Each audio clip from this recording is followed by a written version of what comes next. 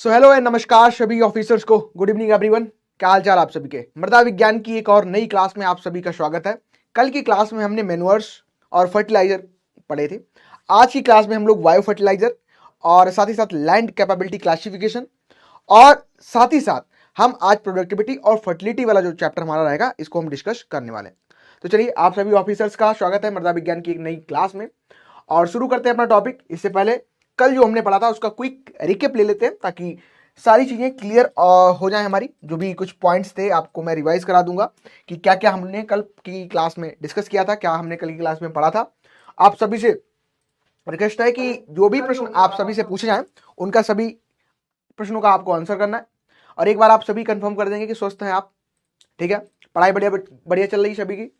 चलिए, तो कल हमने मैन्योर्स यानी कि खाद, ग्रीन मैन्योर, फर्टिलाइजर्स, बर्मी कंपोस्टिंग, है ना, और जो डिफरेंट क्लासिफिकेशन था हमारा फर्टिलाइजर को कैसे हम क्लासीफाई कर रहे थे, जब हम मैन्योर्स की बात कर रहे थे यानी कि खाद की बात कर रहे हैं तो इसमें किस प्रकार से हम बल्कि कह रहे हैं, किसको हम कंसंट्रेट कर रहे हैं, तो ये सभी बातें हमने कल की क्लास में की थी। और अगर किसी का कल की क्लास से कोई डाउट हो तो बिल्कुल पहले अपना डाउट क्लियर कर लेना। कुछ अगर समझ ना आया हो, कुछ भी ऐसा हो क्लास में जो आपको समझ ना आया हो बता देना, फिर अपनी क्लास को हम लोग यहाँ पे स्टार्ट करेंगे। ठीक है, चलिए तो सबसे पहले हम लोग यहाँ पर डिस्कस करते हैं। आपसे कुछ प्रश्न मैं पूछूंगा। कुणाल, रवि, अग्रिमा, आकृति सभी लोग आ गए। Good evening everyone. चलिए स्वस्थ तो आप लोग, स्टार्ट करें अपनी क्लास को। आपसे कुछ मैं प्रश्न पूछूंगा, उनके आंसर आप सभी को कमेंट बॉक्स में ड्रॉप करने हैं। ठीक है, चलिए क्विक रिवीजन कर लेते हैं। सभी लोग जो आ जाओ। हितेश, आकृति, कुणाल, अग्रिमा, रवि, बढ़िया हो सब लोग? तंदुरुस्त, तैयारी बढ़िया चल रही है? बताइए कैसी चल रही है आप सभी की तैयारी? बढ़िया, सब कुछ क्लियर है? रवि रवि कह रहे हैं यस सर। चलिए गुड इवनिंग सभी को, गुड इवनिंग, है ना। शुरू करें अपना टॉपिक। क्वेश्चन पूछे जाए आप सभी से। रेडी हो? बताओ, रेडी? चलो, तो आप सभी, अच्छा आप सभी के लिए इंफॉर्मेशन भी है कि हमारा 8 अगस्त को ऑल इंडिया जो मॉक टेस्ट ये होने वाला है और अपने साथियों को भी लाइए। जो भी साथी है उनको बताइए कि ये फ्री मॉक टेस्ट हमारा रहने वाला है। प्री जो एग्जामिनेशन हमारा IPS AFO होता है उसका प्री का हम पूरा मॉक टेस्ट आपको प्रोवाइड कर रहे हैं और ये all India mock test free है। जो भी दोस्त साथी आपके हों उनको भी लेके आइए और PW एप्लीकेशन पे आपको ये मिलने वाला है 8 तारीख को 12 बजे और इसका अगले दिन रिजल्ट भी मिलेगा आपको, यानी कि 9 तारीख को आपको रिजल्ट भी मिलने वाला है और ये सारी चीज़ें लाइव रहेंगी। जैसे ही आप एग्जामिनेशन में फील आपको आता है, जैसे कि आप एग्जामिनेशन देने जाते हैं वहाँ पे चीज़ें रहती हैं। ठीक है, सेम डिट्टो कह सकते हैं हम, ऐसे ही आपको ये पैटर्न देखने को वाला मिलेगा। तो आप सभी लोग एक बार उसको अटेम्प्ट करें। ठीक है, अपने दोस्तों को भी लेके आना और, है ना, एक से भले हमेशा दो होते हैं। तो आप भी अटेम्प्ट करिए। आप हमारे फैमिली मेंबर हैं और वो भी कहीं ना कहीं हमारे फैमिली मेंबर हैं, है ना, तो उनको बताइए और सारी चीज़ें हम लोग अच्छे वे में यहाँ पे करते हैं। ठीक है, तैयारी ब्रह्मोस मिसाइल की तरह चल रही है, बहुत अच्छी बात है। ब्रह्मोस मिसाइल की तरह अगर तैयारी चल रही है तो अच्छी बात है ना। देख लेना, देख थोड़ा समझ के चलना। बस ब्रह्मोस मिसाइल को एक काम करो, तुम थोड़ा अमेरिका की तरफ ट्रांसफर कर दो, है ना। ये जो ब्रह्मोस मिसाइल तुम्हारी चल रही है उसको थोड़ा अमेरिका की तरफ ट्रांसफर कर दो, है ना। अभी टैरिफ वाला गेम भी चल रहा है, आप सभी को पता होगा अगर आप थोड़ा अपडेट रहते हैं। तो USA हम पे टैरिफ इम्पोज कर रहा है ना। कहीं 25% की बात कर रहा है, कहीं 50% की बात कर रहा है ना। गीदड़ धमकी दी जा रही, बहुत सारी चीज़ चल रही है। उसी बीच अपनी क्लास को, अपने कह सकते हैं हम सब्जेक्ट को पढ़ते रहेंगे, है ना। चलो, अपडेट रहना जरूरी है हमारे लिए। आशीष, गुड इवनिंग सभी को, गुड इवनिंग गुड इवनिंग।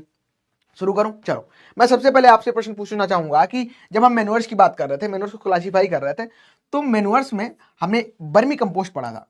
सबसे पहले आप सभी मुझे बता देंगे बर्मी कंपोस्ट में NPK N.P.K का रेशियो कितना था। बर्मी कंपोस्टिंग से क्वेश्चन आते हैं, ठीक है, बर्मी कंपोस्टिंग के क्वेश्चन आ जाते हैं कभी कभी। बर्मी कंपोस्टिंग में जो हम वर्म्स को यूज कर रहे हैं, इसमें बेस्ट वर्म्स कौन सा हमारा है, बेस्ट कौन सा देखने को मिलता है। काफी हमारे पास वेराइटीज स्पीसीज के हमें वर्म्स देखने को मिल रहे थे। आप सभी को बताना है कि इसमें से बेस्ट कौन सी स्पीसीज हमें देखने को मिल रही है। जब मैं ग्रीन मैन्योर्स की बात कर रहा था तो ग्रीन मैन्योर बेसिकली हमारे पास 2 प्रकार से हैं, इसको हम क्लासीफाई करते हैं और ये 2 प्रकार कौन कौन से इसको आप लोग बता दो। साथ ही साथ फर्टिलाइजर की जब हम बात कर रहे हैं तो फर्टिलाइजर में नाइट्रोजन जो फर्टिलाइजर हैं इनको हमने कितने प्रकार से क्लासीफाई किया था ये बताना। चलिए, कुछ प्रश्न आसान आसान है, इनको बताओ, फिर हम लोग लेवल अपना बढ़ाते रहेंगे। ठीक है, बताओ फटाफट। मैनुअर्स के बारे में सबसे पहले आपको मैंने वर्मी कंपोस्ट पढ़ाया था। ठीक है, मैनुअर्स क्या होते हैं, ये सारी चीजें बताई थी, बल्कि हैं आपके पास। ठीक है, बोलो फटाफट क्या करेक्ट आंसर रहने वाला है। केक, कुछ केक के नाम बता देना। ठीक है, केक खाने वाला नहीं, जो हमने कल पढ़ा था, ऑयल, जो हमारे पास केक्स हैं। ठीक है, एनिमल को हम जब खिला रहे हैं, कुछ एडिबल है, कुछ नॉन एडिबल है, यानी कि कुछ पशु खाते हैं, कुछ पशु नहीं खाते हैं।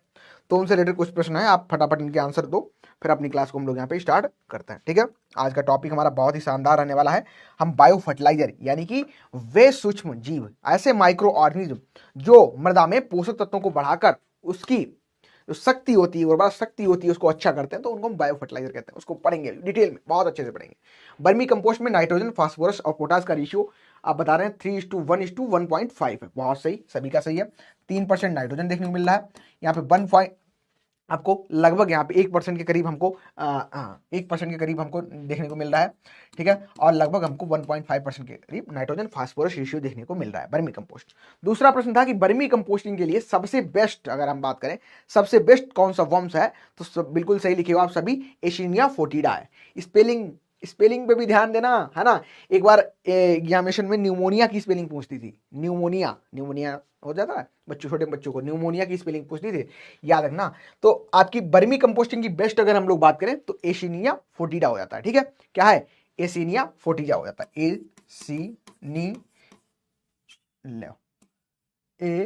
AISENIA फोर्टिडा, FOETIDA, एशिनिया फोर्टिडा देखने को आपको मिलता है। ठीक है, सबसे बेस्ट है।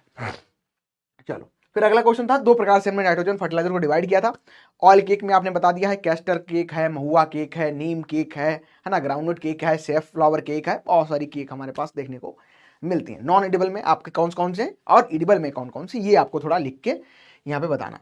नाइट्रोजन फर्टिलाइजर को हम किस किस प्रकार से क्लासीफाई इसको कर सकते हैं, कौन कौन से हमारे पास प्रकार हैं जो जिसके आधार पर नाइट्रोजन फर्टिलाइजर को हम यहाँ पे डिवाइड कर सकते हैं। केक हमारे पास दो प्रकार के हैं, एक को हमारे पास है जिनको आप नॉन एडिबल की कैटेगरी में रखते हो। ठीक है, नॉन एडिबल याद रख लो, एक याद कर रख लो, दूसरा अपने आप याद हो जाएगा। नॉन एडिबल में कौन कौन सी हैं, ठीक है, नॉन एडिबल में कौन कौन सी हमारे पास केक देखने को हमको मिल रही है।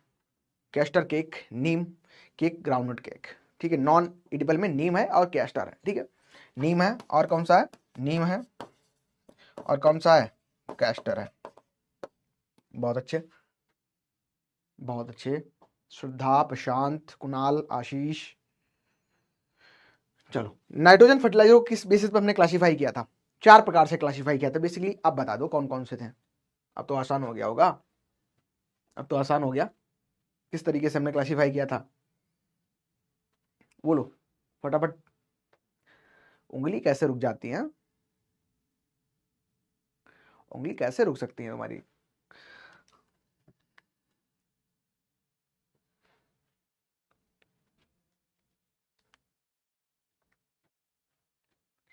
नवजोत सिंह सिद्धू को जो जानते हो, उनका एक बड़ा बढ़िया कहते हैं छोटा सा कोट है। कहते हैं कि जब खून में नहीं तेरे रवानी, तो किस काम की लल्ला तेरी जवानी, है ना।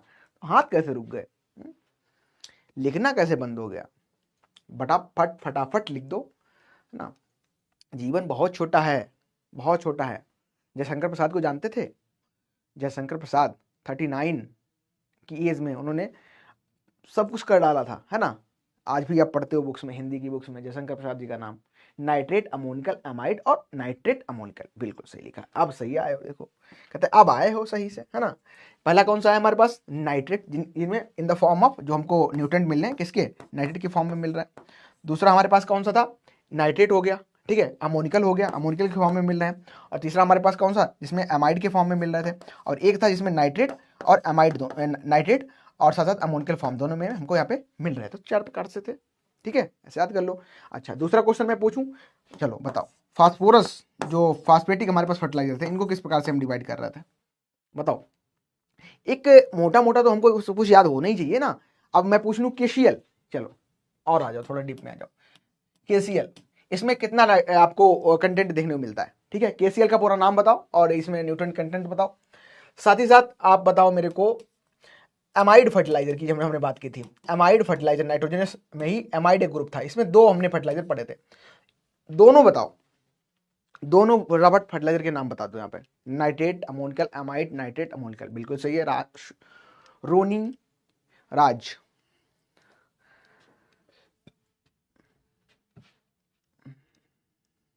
बताओ।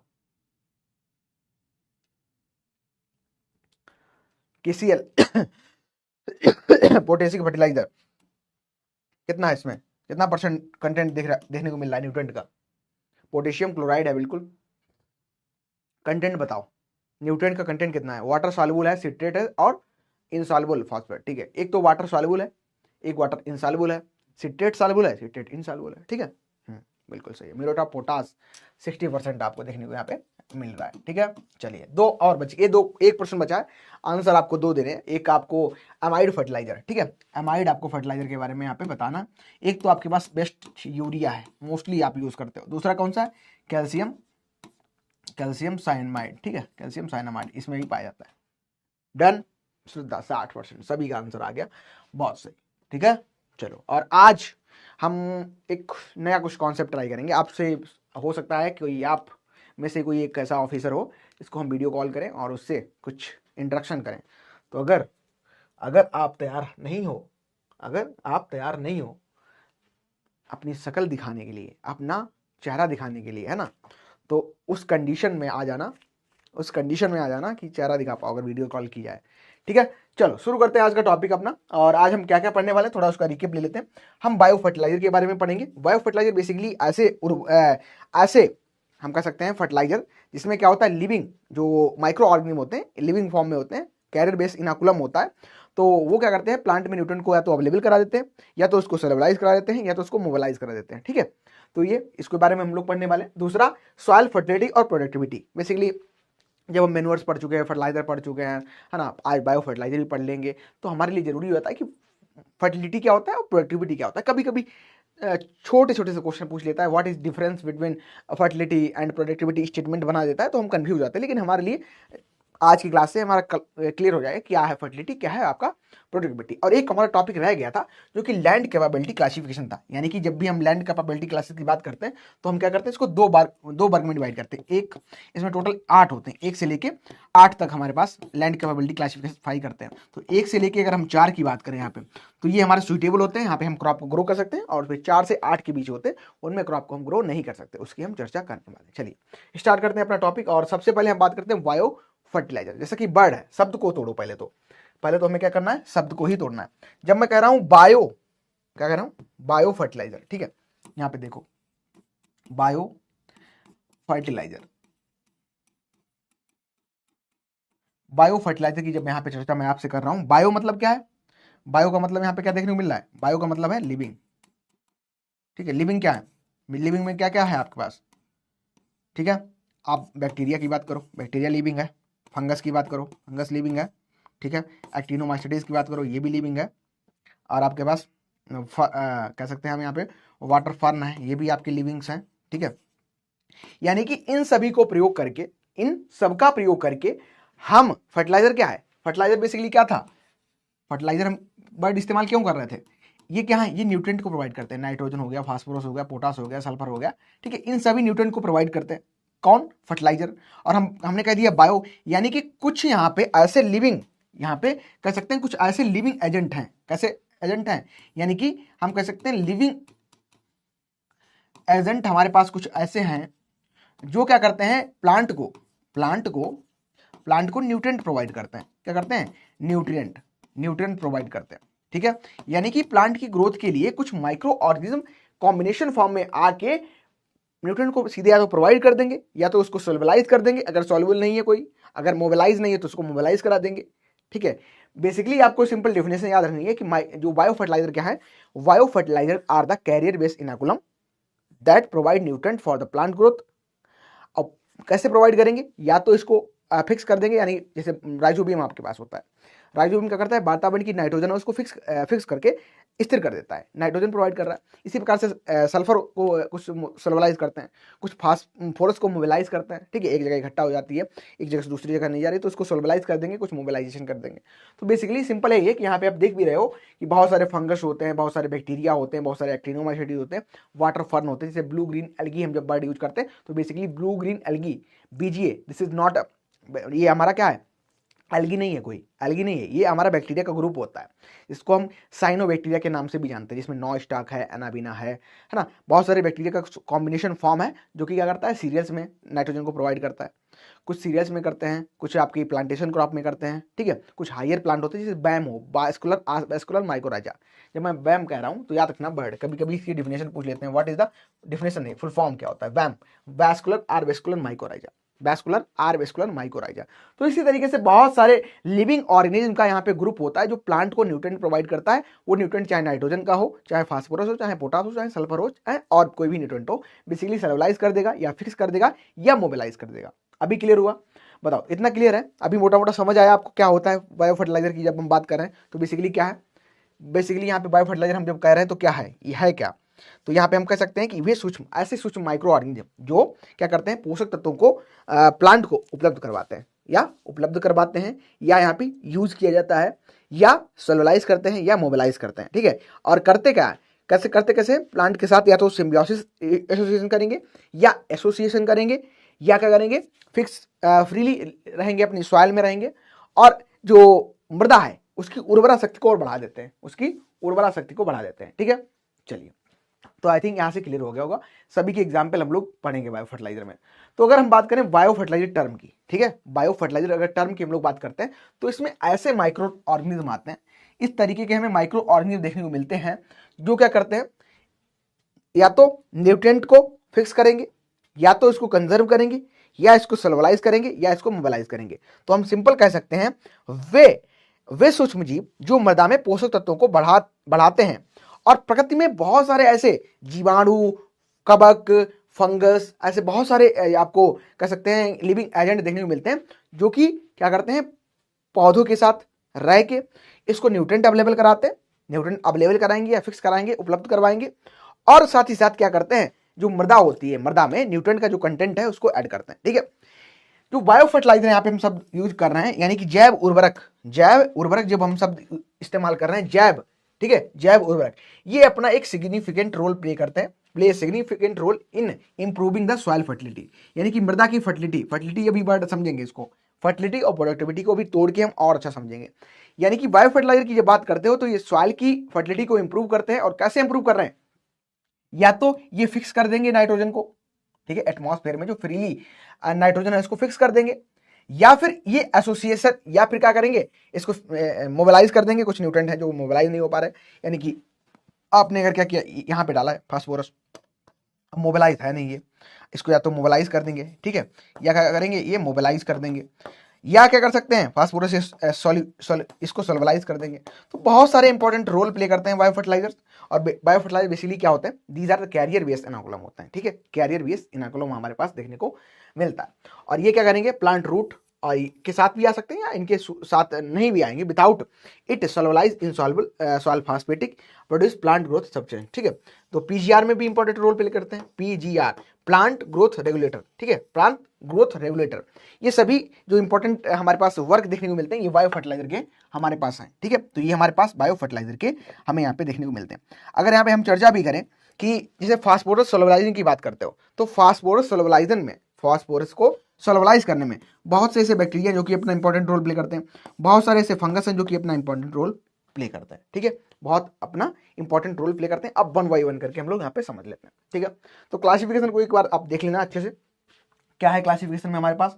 तो सबसे पहले अगर मैं क्लासिफिकेशन की बात करूं, यानी कि इसको वर्गीकरण की बात करूं, बायो फर्टिलाइजर को हम किन पार्ट में दो डिवाइड कर सकते हैं। पहला हमारे पास आता है नाइट्रोजन, यानी कि जो नाइट्रोजन को फिक्स करेंगे, नाइट्रोजन फिक्सिंग हमारे पास बायो फर्टिलाइजर यहाँ पे देखने को मिल रहा है, ठीक है। कौन से हमारे पास नाइट्रोजन फिक्सिंग बायो फर्टिलाइजर देखने को मिल रहा है। और नाइट्रोजन फिक्सिंग की बात कर रहे हैं हम, फिक्सेशन की जब बात कर रहे हैं तो एक तो इसमें आते हैं हमारे पास जो लेग्यूम्स क्रॉप हैं, ठीक है, लेग्यूम क्रॉप के साथ एसोसिएशन करते हैं। दूसरे हमारे पास होते हैं Azotobacter, Azolla, blue green algae, Azospirillum, ये सीरियल के साथ यहाँ पे आते हैं, ठीक है। दूसरे निकल के आते हैं फास्फोरस को जो सोलुबलाइज करता है, ठीक है, फास्फोरस सोलुबलाइजिंग के लिए।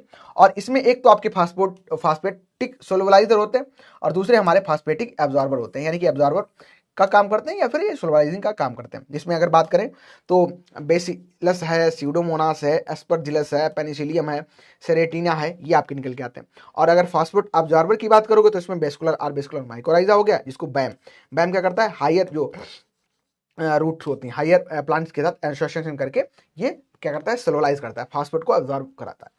अगला इसके अलावा हमारे पास आता है जिंक सेलुलाइजिंग में आपके पास बेसलेस सबटेलिस है, ठीक है, थायोबेसलेस है, थायोऑक्सीडेंस है या सेकेरिमाइसिस है, ठीक है, तो ये देखने को मिलते हैं।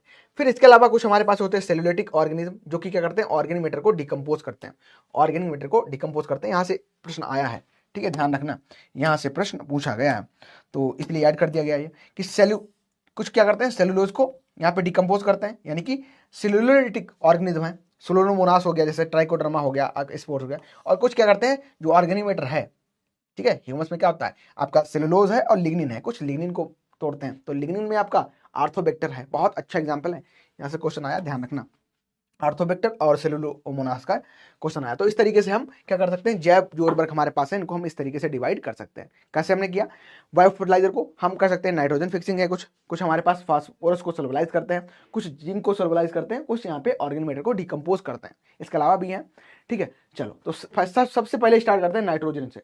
तो नाइट्रोजन में बेसिकली कि सबसे पहले बार हमारे पास देखने को मिलते हैं नाइट्रोजन को जो फिक्स करते हैं, नाइट्रोजन फिक्सर्स हमारे पास आते हैं। अब नाइट्रोजन की फिक्स करने की बात आई तो इसको दो प्रकार से हम कर सकते हैं, ठीक है, कौन कौन से दो प्रकार हैं, एक तो फ्री लिविंग यानी कि मुक्त रूप से, ठीक है, ये क्या है हमारे पास, मुक्त रूप से यहाँ पे हमें देखने को मिलेगा। अब मुक्त रूप से नाइट्रोजन कैसे फिक्स हो रही, तो इसमें एक एरोबिक होते हैं, एक आपके एनारोबिक होते हैं, और तीसरे हमारे पास होते हैं फैकल्टेटिव एनारोबिक, ठीक है, फैकल्टेटिव एनारोबिक होते हैं। तो एग्जाम्पल सभी की याद रखना।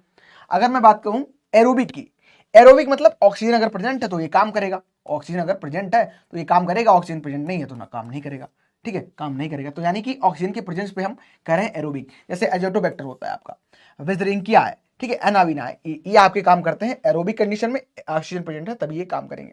दूसरे आते हैं एनारोबिक, यानी कि ये ऑक्सीजन की अनुपस्थिति में काम करते हैं, जिसमें क्लॉस्ट्रीडियम आपका निकल आता है। और एक होते हैं आपके फैकल्टेटिव एनारोबिक, इसमें कैलाबेसिला है, ठीक है, बहुत अच्छा एग्जाम्पल है, पूछ लिया जाता है कभी कभी, कैलावसेला, ठीक है, कैलावसेला जो भी आप पढ़ो, ठीक है, कैलावसेला। तो कैलावसेला बहुत अच्छा एग्जांपल फैकल्टेटिव एनारोबिक का आपको देखने को मिलता है। इसके अलावा कुछ होते हैं जो कि एज ए सिम्बियोटिक काम करते हैं, होता ना, कुछ आपके घर में मेंबर होंगे, अगर आप उनसे कहो कि ये काम कर दोगे तो वो सीधे उनका रिप्लाई आता है साथ में चलोगे, है ना। लेकिन कुछ होते हैं कि उनको बोलोगे काम कर दोगे, ठीक है, करके लाते हैं। तो सिंपल वही आप कॉन्सेप्ट है, यानी कि नाइट्रोजन जो फ्री फिक्स करेंगे उसमें तीन प्रकार के हैं, एरोबिक है, एनारोबिक है और फैकल्टेटिव एरोबिक है। और लेकिन सिम्बियोटिक में क्या है, सिम्बियोटिक में आपके पास एक राइजोबियम है, ठीक है, यानी कि ये क्या करेगा, अगर लेग्यूम्स प्लांट ग्रो हो रहे हैं तो लेग्यूम की प्लांट की रूट के साथ एसोसिएशन करेंगे और नाइट्रोजन को फिक्स करेंगे। उसमें सबसे अच्छा एग्जाम्पल हमें जो है वो देखने को मिलता है यहाँ से, कौन सा है, ये आपका सिम्बियोसिस है, ठीक है। और नोडुल फार्मिंग में एक हमारे पास राइजोबियम आ गया, ठीक है। राइजोबियम क्या करता है, ये प्लांट की जो रूट है लेग्यूम के साथ आता है, एसोसिएशन करता है और नाइट्रोजन को फिक्स करता है, ठीक है, ये नोडुल को फॉर्मेशन करता है। यानी कि अब इसके इंपॉर्टेंट फीचर है, याद रखना, ठीक है, इसको सबसे पहले यार बेजरिंग ने खोजा था, ये भी याद रखना, बेजरिंग ने खोजा था। और ये एरोबिक होता है, ऑक्सीजन है तब काम करेगा, नहीं है तो नहीं काम करेगा। हेटेरोट्रॉपिक होता है, ठीक है, बैक्टीरिया है तो आप जानते ही हो। ये लेग हीमोग्लोबिन नोड्यूल में बनता है और इसी के कारण इसका जो रंग होता है ये पिंक या हम कह सकते हैं रेडिश कलर हमें देखने को मिलता है। और साथ ही साथ बताया अभी सिम्बियोटिकली है, यानी कि इस तरीके से क्या करेंगे, लेग्यूम के प्लांट को करेंगे और उनकी रूट में इस तरीके से न्यूट्रिशन यहाँ पे देखने को मिलता है। और नाइट्रोजन को ये लेग्यूम प्लांट में फिक्स करता है, लगभग 50 से 100 किलोग्राम प्रति हेक्टेयर के हिसाब से नाइट्रोजन को ये फिक्स कर देता है। 50 से कितना, 50 से लगभग ये 50-100 डिपेंड करता है। इसमें भी आपको स्पीसीज देखने को मिलेंगी, कौन कौन सी स्पीसीज है उनकी बात करते हैं। आपके पास एक क्वेश्चन पूछाता है स्लो रिलीज, उसमें आता है ब्रेडी राइजोबियम, लिख लेना, जो लिख रहा हूं वो तो लिख ही लेना।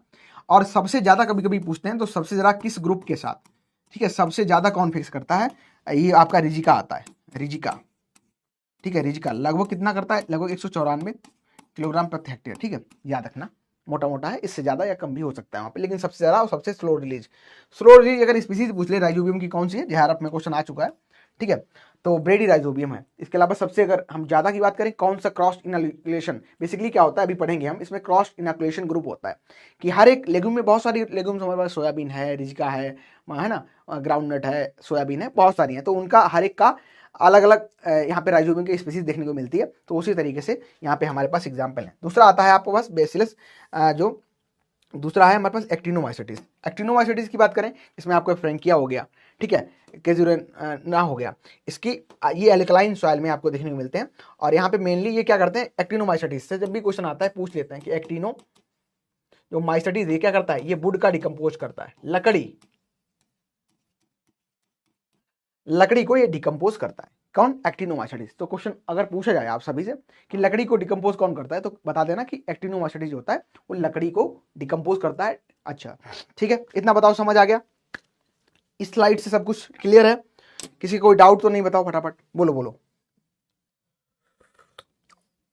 फिर बहुत अच्छी आपको एक खुशखबरी, या खुशखबरी इन द सेंस छोटी सी कहानी आपको सुनाते हैं, बहुत हंसोगे अब। बताओ, इससे क्लियर हो गया सब कुछ। अभी हमने पढ़ा क्या, नाइट्रोजन फिक्सेशन की बात कर रहा है, तो नाइट्रोजन फिक्सेशन की बात कर रहा है, एक हमारे पास फ्री लिविंग है, फ्री लिविंग में 3 है, एरोबिक, एनारोबिक और फैकल्टेटिव एनारोबिक। तो अगर फैकल्टेटिव एनारोबिक की बात करते हैं तो याद रखना, इसमें कैलावसल आता है, और एनारोबिक की बात करोगे तो क्लास्ट्रीडियम आता है, एरोबिक की बात करोगे तो यहाँ पे एजोटोबैक्टर आता है, एजोटोबैक्टर के साथ साथ और कौन कौन सा आता है, एजोटोबैक्टर है, बिजरेंकिया है, और आपके पास एनाविना है, ठीक है। दूसरा हमने पढ़ा सिम्बियोटिक आता है, सिम्बियोटिक मतलब वही हमारा छोटा भाई जो रात में, है ना, रात में 1 नंबर जाने के लिए भैया साथ चलोगे ना, तो वो वाला है, ठीक है, छोटा भाई है, यानी कि नेडुल फॉर्म, यहाँ पे नेडुल फॉर्मेशन में देखने को मिलता है। राइजोबियम है, राइजोबियम के क्या क्या इंपॉर्टेंट फीचर है, बिजरिंग ने इसको सबसे पहली बार खोजा था।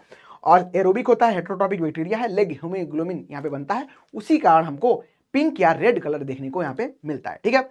और साथ साथ ये क्या करता है, नाइट्रोजन फिक्स करता है 50 से 100 किलो। इसमें आपकी बहुत सारी स्पीसीज देखने को मिलेंगी, यानी कि उन्हीं को हम क्रॉस इनोकुलेशन ग्रुप बोलेंगे, क्रॉस इनोकुलेशन ग्रुप बोलेंगे। और क्रॉस इनोकुलेशन ग्रुप में हमारे पास एक स्पीसीज आती है जो कि ये ब्रेडी राइजोबियम, जिसको हम स्लो रिलीज कहते हैं, स्लो रिलीज होती है। और सबसे ज्यादा कौन सी क्रॉप के साथ सिम्बियोसिस होता है, तो ये रिजिका 194 किलोग्राम तक यहाँ पे जाता है, ठीक है, क्लियर। फिर आता है एक्टिनोमाइसिटिस, एक्टिनोमाइसिटिस से जब भी क्वेश्चन आएगा तो पूछते हैं कि वुड का डिकम्पोजिशन कौन करता है और एल्कलाइन नेचर में कौन पाया जाता है, ठीक है। तो आप बोल देना कि सर हमें बहुत अच्छे से पता है, हमने बहुत अच्छे से पढ़ा है, फ्रैंकिया हो गया आपका, ठीक है, काजुरिना स्पीसीज हो गई, ये करते हैं अल्कलाइन सॉइल में पाए जाएंगे और वुड को डिकम्पोज करेंगे, किसको, वुड को डिकम्पोज करेंगे। 7th और 8th की बात है, एक पुस्तक आती थी पहले, छोटी बहुत पतली पतली आती थी, उसमें देशभक्ति गीत लिखे होते थे, है ना, आई थिंक आपने अगर पढ़ी हो तो उसमें एक बड़ा अच्छी कविता लिखी थी, वो लकड़ी पे थी, लकड़ी लकड़ी, ध्यान सुनना, बर्ड बर्ड का यहाँ पे मिस कम्युनिकेशन होता है ना, मिस कम्युनिकेशन। एक होता है आपका इंटरफेरेंस, जो बीड के केस में अगर एग्रोनॉमी में पढ़ते होगा तो पता होगा, इंटरफेरेंस होता है बीड बेसिकली। तो वहाँ पे क्या है, सिंपल समझो, अभी ज़्यादा इधर उधर नहीं भागेंगे। तो कहानी, वो जो कविता थी वो लकड़ी पे थी, और मेरे मित्र उस बुक को लेके आए, पढ़ रहे हैं बाकायदा, जीतते लड़की मरते लड़की, तो लड़की लड़की कहाँ से आ गई, तो मस्त गा रहे हैं। तो मैंने कहा किताब दो, देखा किताब, उसमें लकड़ी लिखा है, जीते लकड़ी मरते लकड़ी, देख तमाशा लकड़ी का, है ना। तो लकड़ी वर्ड था, तो उसी तरीके से हर एक शब्द को यहाँ पे गौर से सुनना। यहाँ पे अगर कोई एनारोबिक वर्ड लिखा है, एरोबिक वर्ड लिखा है, अगर आपने कुछ और उसको पढ़ लिया तो दिक्कत हो जाएगी, समझ रहे हो, दिक्कत हो जाएगी आपको, तो ध्यान से पढ़ना। क्वेश्चन आता है कभी कभी कि एरोबिक कौन है, एनारोबिक कौन है, और आप क्या करोगे, उसको आपको एनारोबिक को एरोबिक पढ़ लिया, एरोबिक को एनारोबिक पढ़ लिया। ध्यान रखना, बहुत इंपॉर्टेंट टर्म है यहाँ पे सारी चीजें, ठीक है। सोलबलाइजेशन अलग होता है, मोबिलाइजेशन अलग होता है। मोबिलाइजेशन मतलब खींच के ले जा रहे हैं, ठीक है, आओ इधर आओ। सोलबलाइजेशन मतलब उसको सल्यूट कर रहे हैं, सोल्यूशन फॉर्म में पहुंचा रहे हैं प्लांट में, ठीक है। चलो आगे जाओ, समझ गए।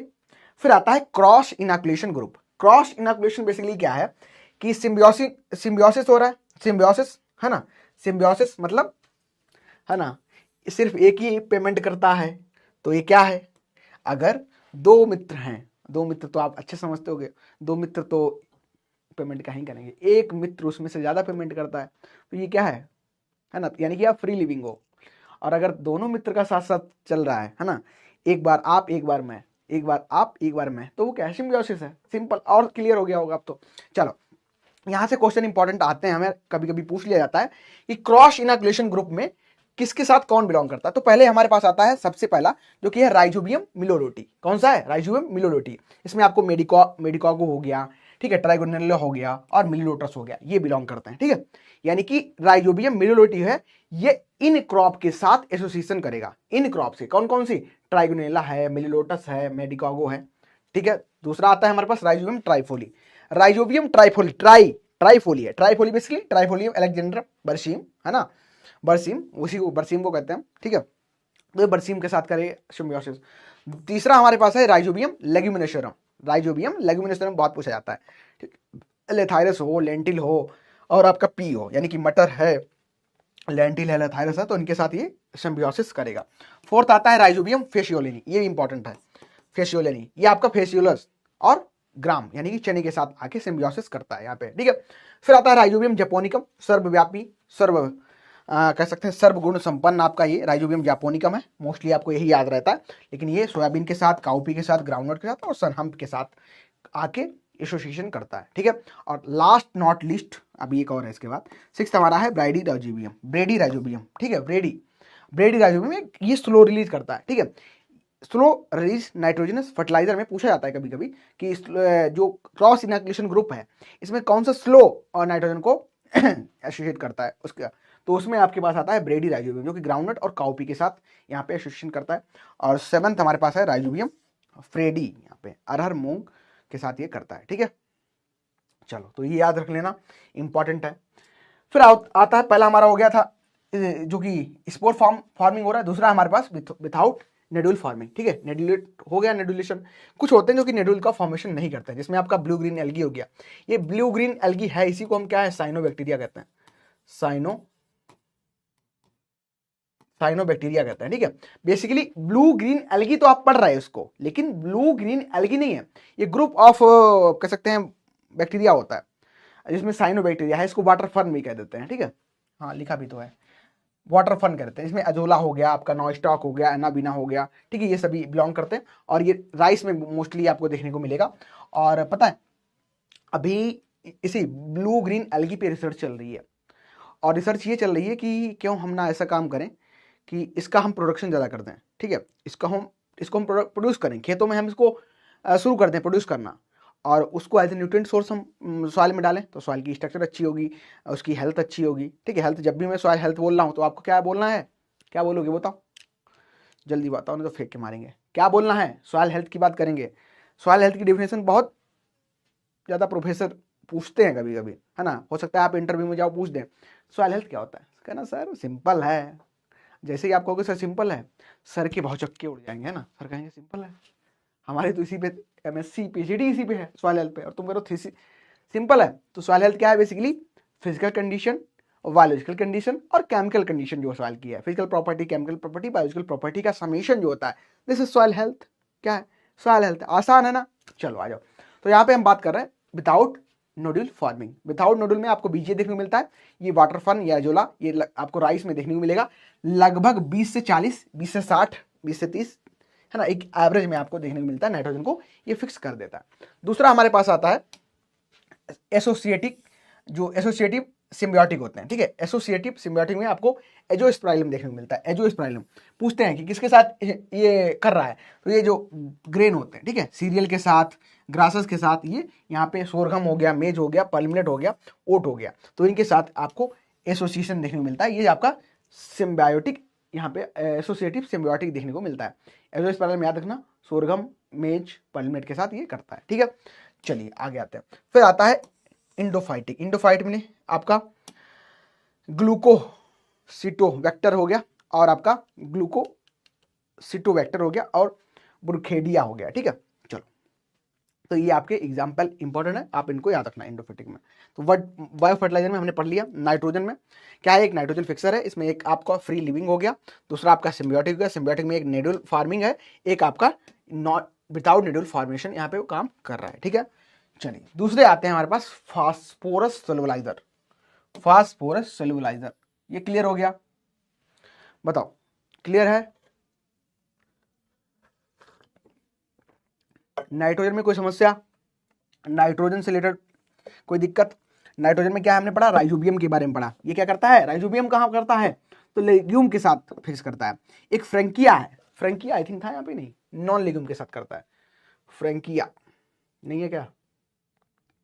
था फ्रेंकिया, लिख लो नहीं था अगर। फ्रेंकिया, फ्रेंकिया जो है ये नॉन लेग्यूम के साथ करता है, ठीक है, नॉन लेग्यूम के साथ जो है वो फ्रेंकिया करता है। डन हो गया? फ्रेंकिया किसके साथ करेगा? नॉन लेग्यूम के साथ करेगा। क्लियर? बहुत अच्छे। लेग्यूम के साथ हो गया।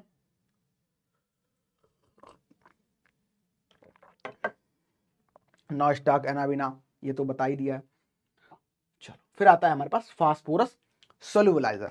फास्फोरस सेल्यूलाइजर, तो फास्फोरस सेल्यूलाइजर की अगर हम यहाँ पे चर्चा करें तो उसमें कुछ बैक्टीरिया अपना योगदान देते हैं, है ना, कुछ बैक्टीरिया आते हैं, कहते हैं अपना योगदान दे रहे हैं, कुछ यहाँ पे फंगस हैं अपना योगदान देते हैं। तो इसमें हमें एग्जाम्पल याद रखने हैं। कौन कौन से बैक्टीरिया की बात करें तो बेसिलस सबटिलिस है, ठीक है, बेसिलस सबटिलिस हो गया, बेसिलस मेगाटेरियम हो गया, ठीक है, या जिसको वैरायटी फास्फोटेरिका होती है, बढ़िया इंपॉर्टेंट है, अच्छी भी है।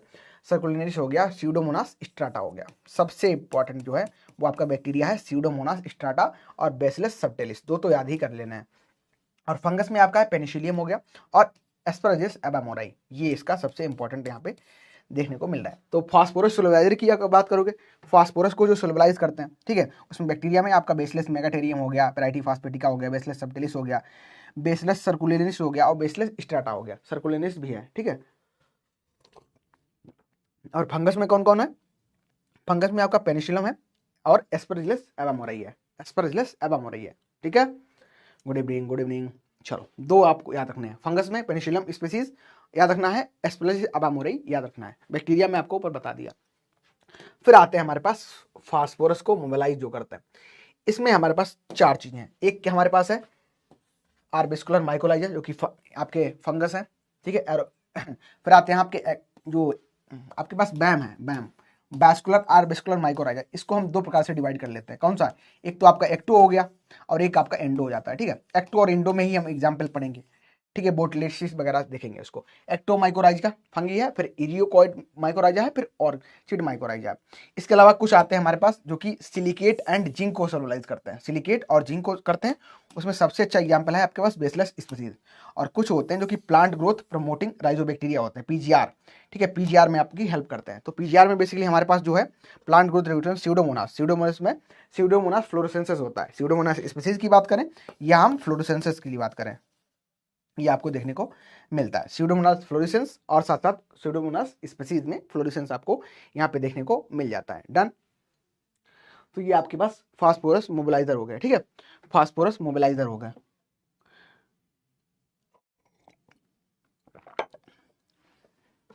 ये जो बैम की बात कर रहा हूँ, बैम के कुछ एग्जाम्पल याद रख लेना। कौन कौन से? ग्लोमस हो गया यहाँ पे, ठीक है, और ग्लोमस के अलावा यहाँ पे आपको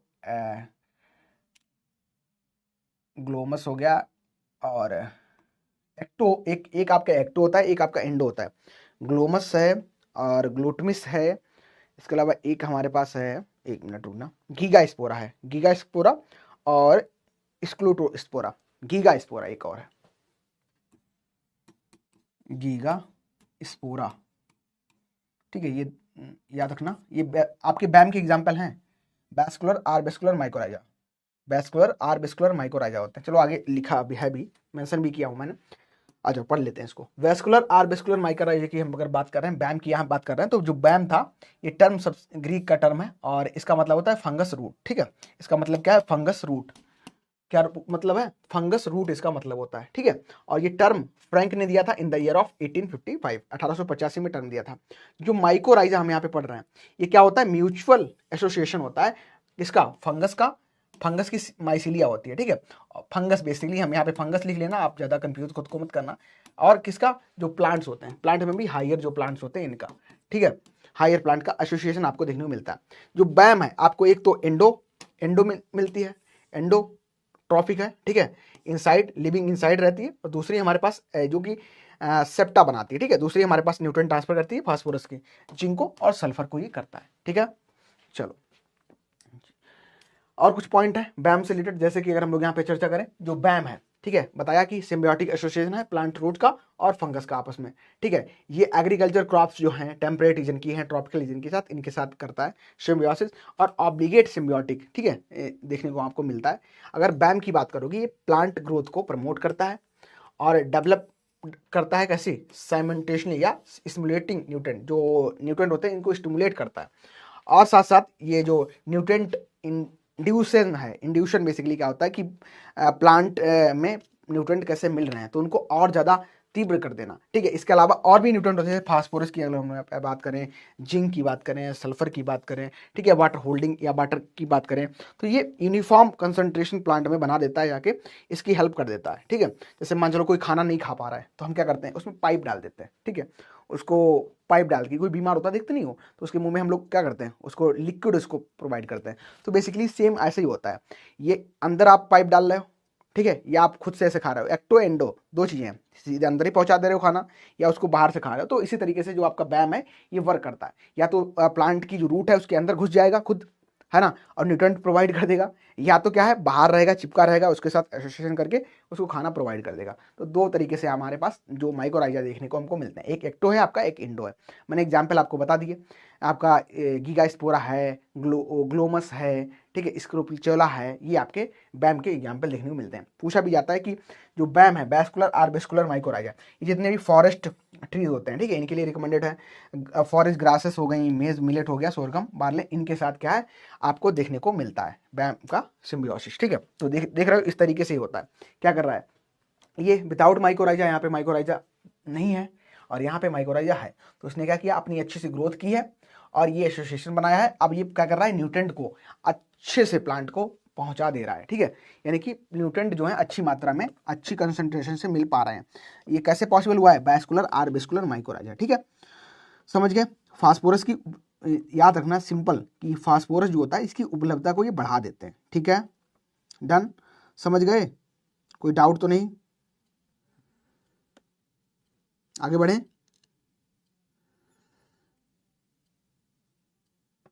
आगे बढ़े, क्लियर हो गया। बायो फर्टिलाइजर हमारा यहाँ पे खत्म है, ठीक है, बायो फर्टिलाइजर यहाँ पे खत्म है। अच्छा, राइजोबियम का एक थोड़ा या वो पता होगा, आई थिंक मैंने आपको बताया है, राइजोबियम जो है, ठीक है,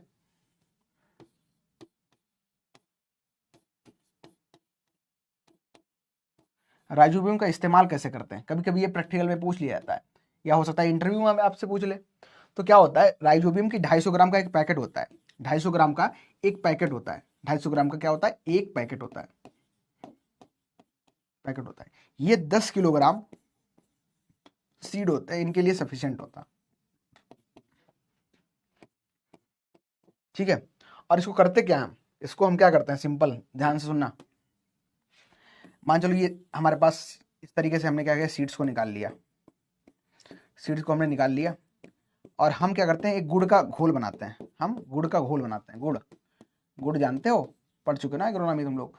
गुड़ यानी कि चीनी, चीनी तो नहीं, हम यहाँ पे गुड़ का घोल बनाते हैं। गुड़ नहीं, आपकी जो इसको आप खाते हो बड़े चाव से, जिससे शराब वगैरह बनाई जाती है, वो गुड़ होती है। गुड़ का हम घोल बनाते हैं और सीड्स के ऊपर डाल देते हैं, ठीक है। तो सीड्स के ऊपर हम गुड़ डाल देंगे, है ना, गुड़ डाल देंगे तो क्या होगा, एक परत बन जाएगी इनके ऊपर, सीड्स के ऊपर इस तरीके से।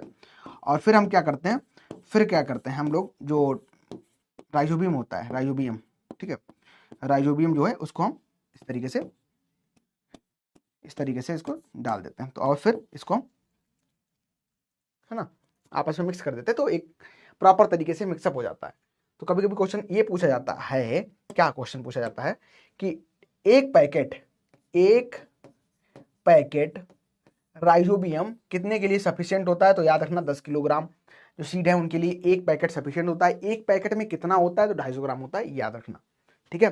कुछ चीजें हैं छोटी बातें लेकिन मोटी बातें हैं, याद रखना, नहीं तो हो सकता है आप भूल जाओ एग्जामिनेशन में या बता ना पाओ। कभी कभी आपको 250 के अलावा 200 भी देखने को मिल सकता है, ये मत कहना जैसे आपने 200 बताया था, दुकानदार हमें 250 दे रहा है, या 250 बताया है, 200 दे रहा है, 200 250 देख लेना है, अकॉर्डिंग टू चेंज होता रहता है कभी कभी बुक्स वगैरह में, या जब भी आप कहीं भी नोट्स वगैरह जो भी पढ़ते हो तो ध्यान रखना, ठीक है। डन है। ये तो हम बात कर रहे हैं सीड के केस में, सीड ट्रीटमेंट कर रहे हैं। अच्छा, सॉइल में अगर मैं आप सभी से पूछूं, अगर हम सीड ट्रीटमेंट नहीं करना चाहते हैं और सॉइल में हमें डालना है, तो सॉइल में कितनी मात्रा डालोगे बताओ? How much quantity you will apply in the soil, कितना किलोग्राम सॉइल में डालोगे ये बताओ। छोटी बातें गंभीर बातें बताओ फटाफट। सॉइल में अगर आपको डालना है, मान चलो सॉइल में एप्लीकेशन हमें करने को बोल दिया गया, सॉइल में कितना डालोगे?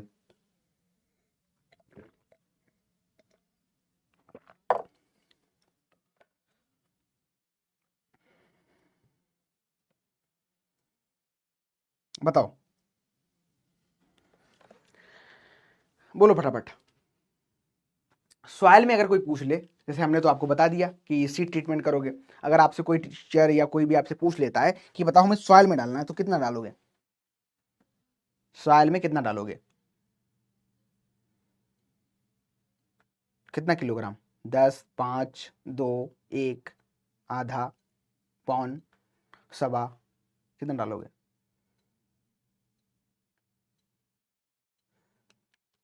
बताओ प्रशांत, मनीष, आशीष, हितेश, कहाँ चले गए सब लोग?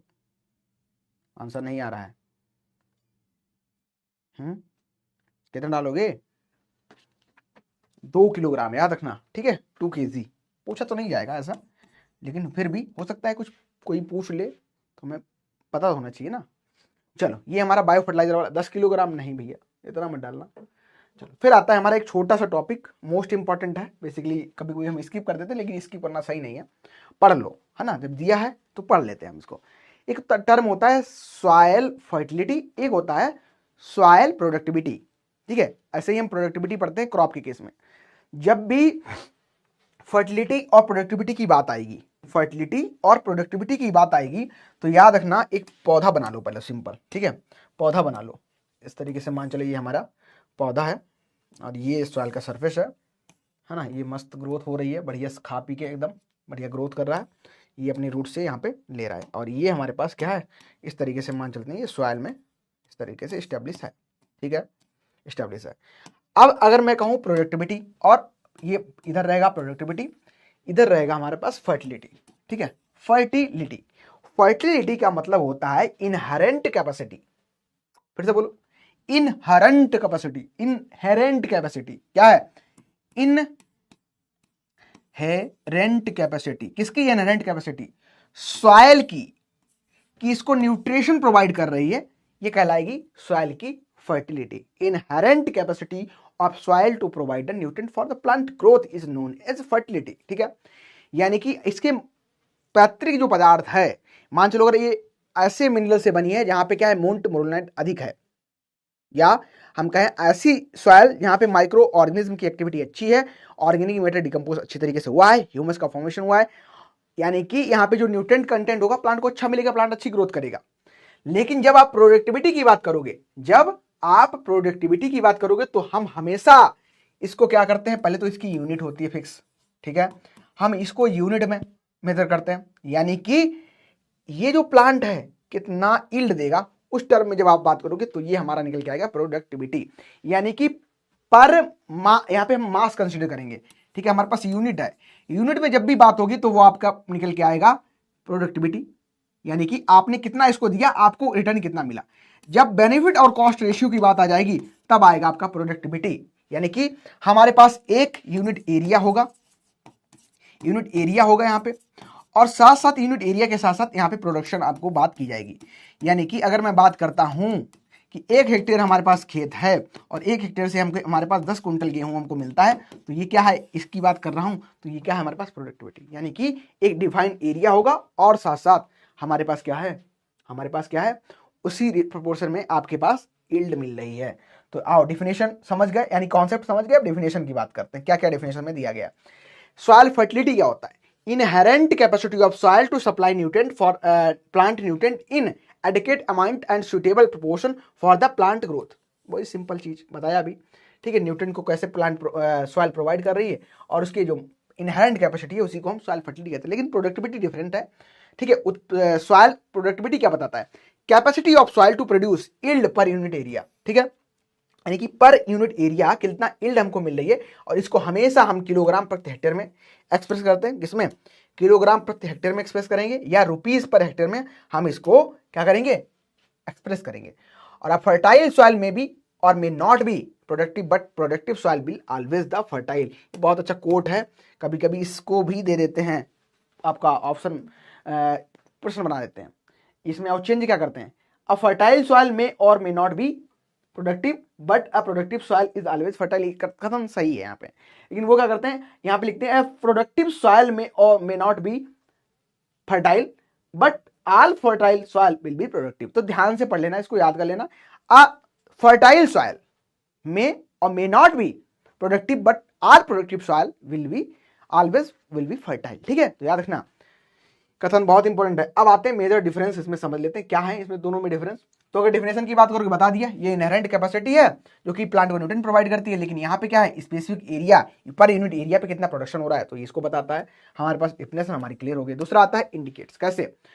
हम क्या करेंगे? Index of nutrient availability to plant निकाल सकते हैं, और ये इंडिकेट करता है एक्चुअल क्रॉप का यील्ड कितना हमको मिला है। ठीक है, यानी कि उपज कितनी मिली है, उपज कितना मिला है, ये बताता है। कौन कौन से फैक्टर्स हैं जो इन्फ्लुएंस करेंगे प्रोडक्टिविटी को, फर्टिलिटी को? तो फिजिकल फैक्टर हो गए, केमिकल फैक्टर हो गए, बायोलॉजिकल फैक्टर हो गए, यानी कि पूरी सॉइल हेल्थ है। सॉइल हेल्थ अगर अच्छी है, सॉइल हेल्थ अगर अच्छी है तो क्या होगा? हमारे पास फर्टिलिटी अच्छी होगी। अगर प्रोडक्टिविटी क्या है? जो फर्टिलिटी है, ठीक है, लोकेशन है, प्रैक्टिस कौन कौन से अपना रहे हैं, एनवायरमेंट फैक्टर कौन कौन से, ये सभी इसको अफेक्ट करते हैं।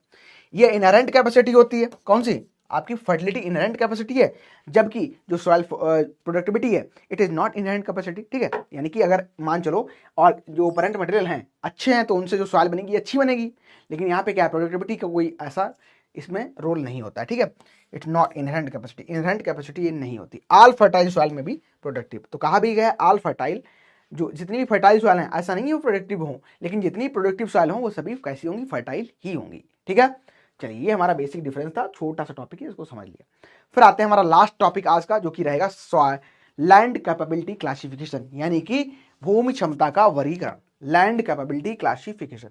अभी तक बताओ किसी को कोई डाउट है, किसी का कोई प्रश्न है, कुछ और आप जानना चाहते हो? फिर अपना लास्ट टॉपिक आज का हम लोग टच कर रहे हैं, land capability classification. Land capability classification बहुत आसान और बहुत सरल शब्दों में हम समझ लेंगे इसको। क्या होता है land capability classification? Basically US soil conservation service ने इसको 8 प्रकार से डिवाइड किया है। सॉइल को 8 प्रकार से डिवाइड किया है on the basis of their capability and limitation. कि अगर कोई मान चलो सॉइल है, हम कह रहे हैं यहाँ पे हम पौधे अच्छे से उगा सकते हैं, और एक दूसरी जो सॉइल है हम कह रहे हैं यहाँ पे सिर्फ ग्रासेस उगेंगी, यहाँ पे हम पौधे उगा नहीं सकते, हम प्लांट नहीं कर सकते, ग्रो नहीं कर सकते, फॉरेस्ट नहीं लगा सकते। अगली हमारे पास सवाल है, हम कह सकते हैं यहाँ पे सिर्फ हम पॉन्ड बना सकते हैं। ठीक है, हम यहाँ पे पॉन्ड बना सकते हैं, मछली पाल सकते हैं। तो किसके लिए सूटेबल है, किसके लिए सूटेबल है? कल ही एग्जाम में आया था सॉइल फर्टिलिटी, ले रह गया, बताया होता तो कल ही पढ़ा देते। चलो कोई बात नहीं, ठीक है। तो इसको हम मेजर 8 ग्रुप में डिवाइड करते हैं। 8 ग्रुप कौन कौन से? तो याद रखना, मेजर जो ग्रुप है इसमें हम 8 प्रकार से इसको डिवाइड कर सकते हैं। 8 प्रकार से, कौन कौन से 8 प्रकार से हैं?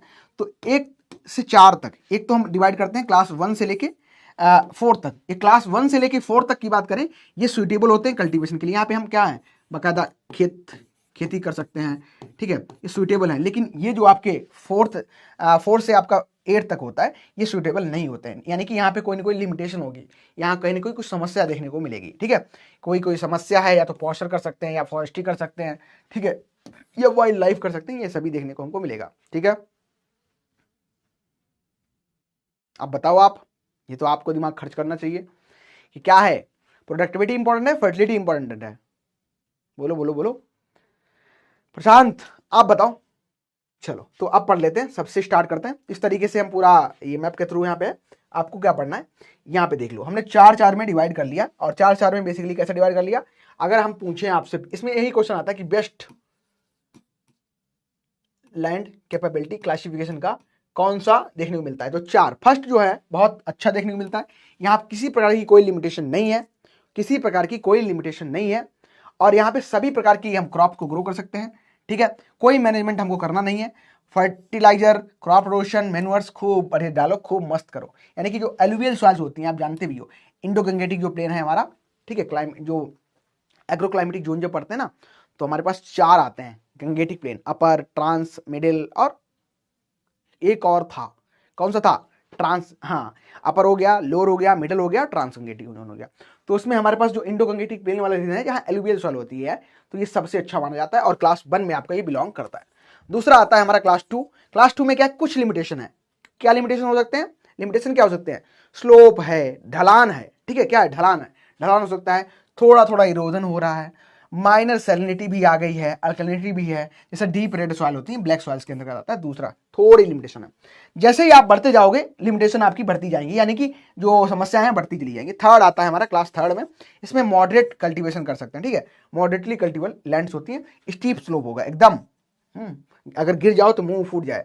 इसके अलावा पुअर वाटर परमेबिलिटी, पानी जा ही नहीं रहा है ना, पानी जा ही नहीं रहा अंदर बेचारा।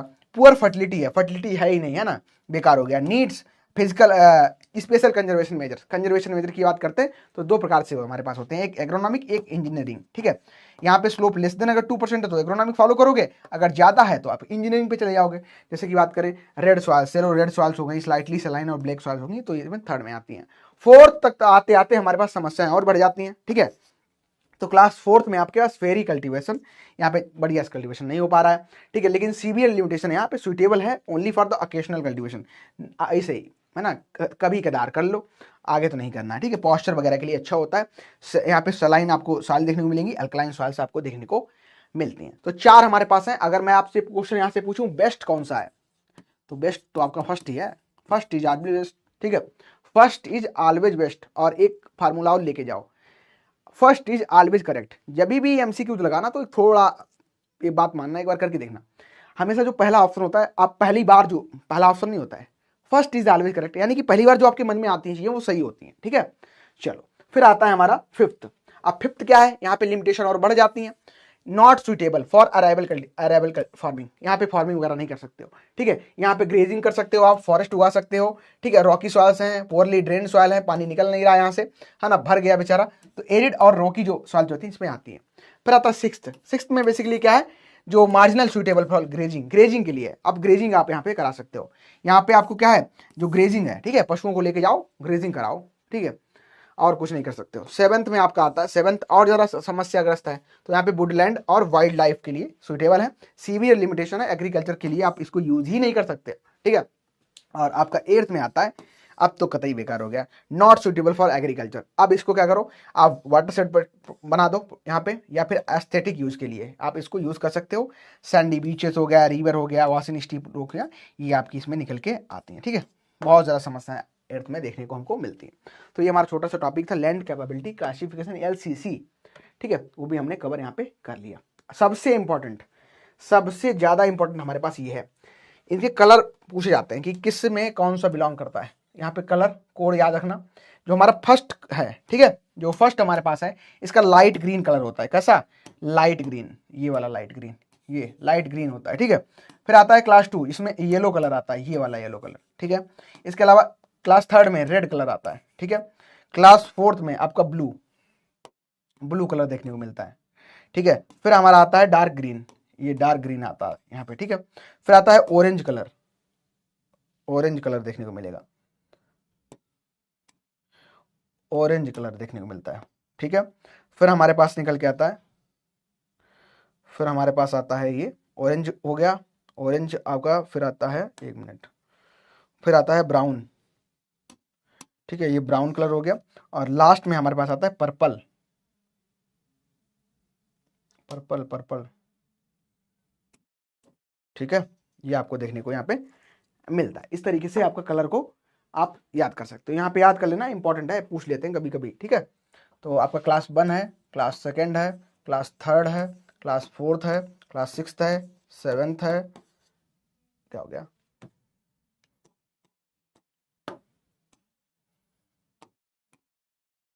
पहला, दूसरा, तीसरा, चौथा, 5वां, 6वां, 7वां और 8वां, ठीक है। चलो, तो इसको आप याद कर लेना, इंपॉर्टेंट है, यहाँ से कभी कभी क्वेश्चन हमको देखने को मिल जाते हैं। टॉपिक हो गया हमारा खत्म, एमसीक्यूज करते हैं। बताओ, किसी को कुछ समझ ना आया हो, किसी कोई परेशानी, किसी कोई समस्या, कुछ और जानना है? इल्ड के कॉन्टेस्ट में पूछा है, प्रोडक्टिव सॉइल और हमारे पास कैसी है, फर्टिलाइज सॉइल है, ठीक है। प्रोडक्टिविटी, तो अगर हम प्रोडक्टिविटी की ही बात करें, प्रोडक्टिविटी पर यूनिट एरिया हम निकाल रहे हैं, ठीक है। तो आपकी जो फर्टाइल सॉइल है ये प्रोडक्शन ज्यादा देंगी, ये प्रोडक्शन ज्यादा देंगी इन केस ऑफ क्या है, मान चलो वहां पे क्या बात कर रहे हैं, प्रोडक्टिविटी की आप बात कर रहे हो, तो सबसे पहले जाओ फैक्टर कौन कौन से इन्फ्लुएंस कर रहे हैं, ठीक है। फैक्टर कौन कौन इन्फ्लुएंस कर रहे हैं, अब देखो फर्टिलिटी में क्या है, पेरेंट मटेरियल है, वो इन्फ्लुएंस कर रहा है। और लेकिन वहां पे क्या है, जो प्रोडक्टिविटी की बात कर रहे हैं तो क्लाइमेटिक कंडीशन भी इफेक्ट कर रही है, हम जो मेजरमेंट अपना रहे हैं वो भी क्या कर रहे हैं, उसको इफेक्ट कर रहे हैं। यानी कि मान चलो इस साल आपकी भी सॉइल बहुत आपकी अच्छी थी और फैक्टर्स कंट्रोल नहीं थे, यानी कि पानी बारिश ज़्यादा हो गई, बहुत ज़्यादा ड्रॉट आ गया, बहुत ज़्यादा बाहरी फैक्टर्स खराब हो गए, तो उनकी वजह से यील्ड आपकी कम हो जाएगी, ठीक है। तो आई थिंक ये सारी चीज़ें समझ गए होंगे, ठीक है, क्लियर हो गया, अभी सही है, समझ आ गया। बढ़े हम लोग आगे, एमसीक्यूज करें, एमसीक्यू प्रैक्टिस करें, खत्म हो गया हमारा टॉपिक। बताओ, किसी का कोई कंफ्यूजन हो पूछ लो फटाफट, फिर हम लोग एमसीक्यू स्टार्ट करते हैं।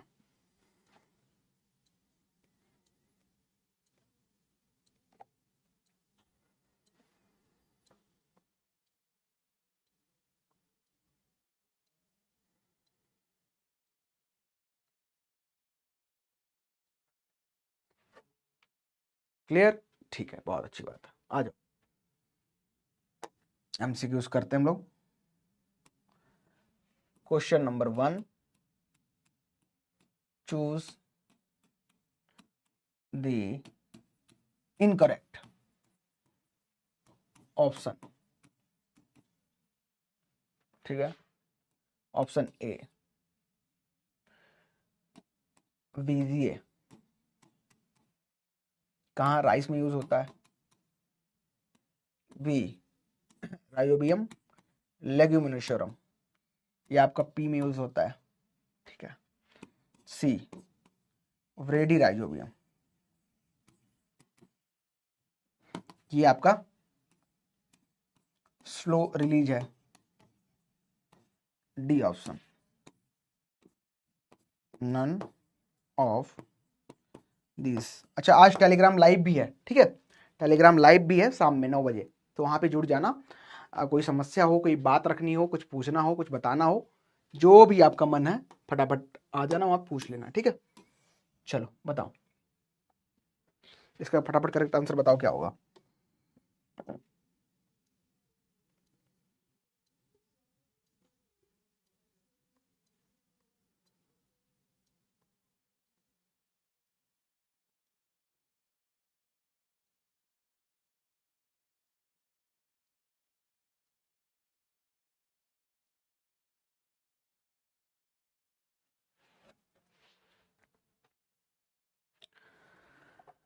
क्लियर,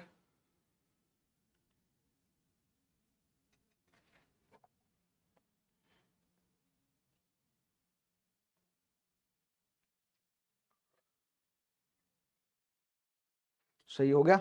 चलो, तो डी ऑप्शन होगा इसका इनकरेक्ट, कुछ है ही नहीं, सब तो सही है। 77% लोगों का यहाँ पे सही था। अगला बताओ, अगला प्रश्न आप सभी को बताना है कि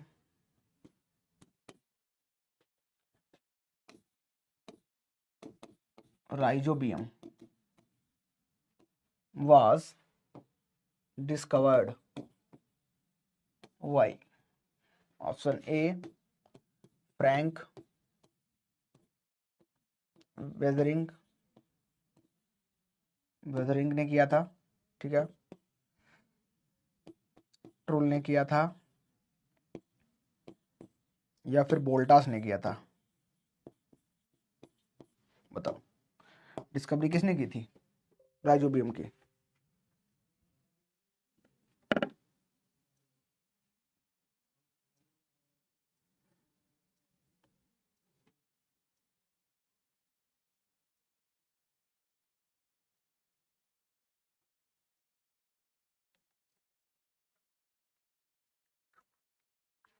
बस खत्म हो गया। दो तीन टॉपिक और बचे, दो ही बचे हैं। एक थोड़ा मतलब सिलेबस तो सॉइल वाले तो खत्म हो गया पोर्शन, लेकिन सॉइल में मैं चाह रहा हूँ कि जो क्वेश्चन आ रहे हैं एग्जामिनेशन में वो मतलब जिस टॉपिक से आ रहे हैं, जैसे प्रिसीजन फार्मिंग से क्वेश्चन आ जाते हैं, वाटर शेड से आते हैं, आपको नहीं पढ़ाया जाता है, और सॉइल कंजर्वेशन से क्वेश्चन आते हैं, तो वो मैं करवा दूंगा। कल की क्लास अपनी रहेगी, वही खत्म हो जाएगा पोर्शन, ठीक है। चलो मोस्टली हमारा पोर्शन जो है खत्म हो गया, ठीक है। तो करेक्ट आंसर की बात करें, ये जो खोज थी ये बेजरिंग द्वारा की गई थी। 50% लोगों का सही है। क्या भाई क्या कर रहे हो? ये फ्रैंक ने नाम दिया था, जैसे कि तुम्हें नाम तुम्हारी नानी ने दिया हो सकता हो, तुम्हारे फूफा ने नाम हो सकता है दिया हो, तुम्हारी बुआ ने नाम दिया हो, तो फ्रैंक साहब जो हैं इन्होंने नाम दिया था। खोज किसने की थी? तो खोज ये की थी किसने? खोज आपकी ये की थी बेजरिंग ने, ठीक है। याद रखना इंपॉर्टेंट है। अच्छा अगला प्रश्न बताओ, third question. Rhizobium trifolii is used in किस, ये ट्राइफोली किस में यूज होता है? ए पी में होता है, वर्सीम में होता है, सी मेडिकागो में होता है, या डी ऑल ऑफ दीज।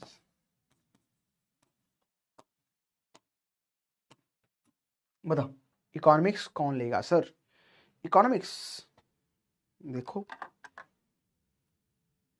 बताओ लास्ट क्वेश्चन है हमारे क्लास का आज।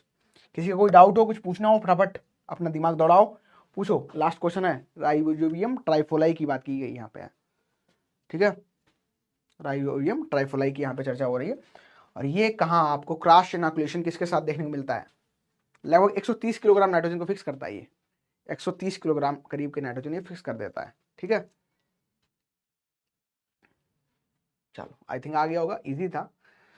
बी ऑप्शन आपका करेक्ट हो जाएगा। बरसीम स्टॉप करते हैं पोल, आंसर आता है 30% का सही है। क्या भाई बरसीम ही तो है, ट्राइफोली, ठीक है। चलो तो आई थिंक हमारा जो टॉपिक था ये खत्म हो गया। समरी हमने पढ़ लिया है, क्या क्या आज पढ़ा है। तो हमने बायो फर्टिलाइजर के बारे में पढ़ लिया, बायो प्लस फर्टिलाइजर, ठीक है। ऐसे कैरियर बेस इनागुलम, और सर हमने क्या पढ़ा? LCC लैंड कैपेबिलिटी क्लासिफिकेशन, और हमने क्या पढ़ा? प्रोडक्टिविटी प्लस हमने फर्टिलिटी के बारे में यहाँ पे हमारा डिस्कशन पूरा हो गया है, ठीक है। चलिए तो ये रहा हमारा होमवर्क में आपको सबसे पहले तो रिवीजन कर लेना है, एक साथ इकट्ठा मत कर लेना कि जब सब खत्म हो जाएगा। और साथ साथ होमवर्क आपके लिए है, जितने भी MCQs आपको मिले, कहीं पे भी मिले, कुछ भी मिले, सब प्रैक्टिस कर लो, ठीक है। सब प्रैक्टिस कर डालो, डन। चलिए आप बताइए किसी का कोई डाउट, कोई समस्या, किसी को प्रॉब्लम, ठीक है। चले फिर चला जाए, सब कुछ बढ़िया है, समझ आ गया टॉपिक पूरा, कोई समस्या तो नहीं किसी को, ठीक है। चलिए तो बहुत अच्छा लगा आप सभी के साथ जुड़ के, बहुत अच्छे से हमने टॉपिक खत्म किया, और मोस्टली हमारा खत्म हो गया पोर्शन, है ना। बस एक दो जो इंपॉर्टेंट चीज़ें हैं, जो टॉपिक हैं, अभी क्वेश्चन आ रहे हैं, तो मैं उनको एनालाइज भी कर रहा हूँ, चीज़ें देख भी रहा हूँ क्या क्या है ना। तो इस तरीके से आपको हम सारी चीज़ें कवर करा देंगे टाइम टू टाइम, ठीक है। चलिए तो thank you everyone, thank you for joining, have a nice day, good night everyone. किसी को कोई डाउट हो, प्रश्न हो, पूछ लो फटाफट। नहीं, ठीक है, चलो।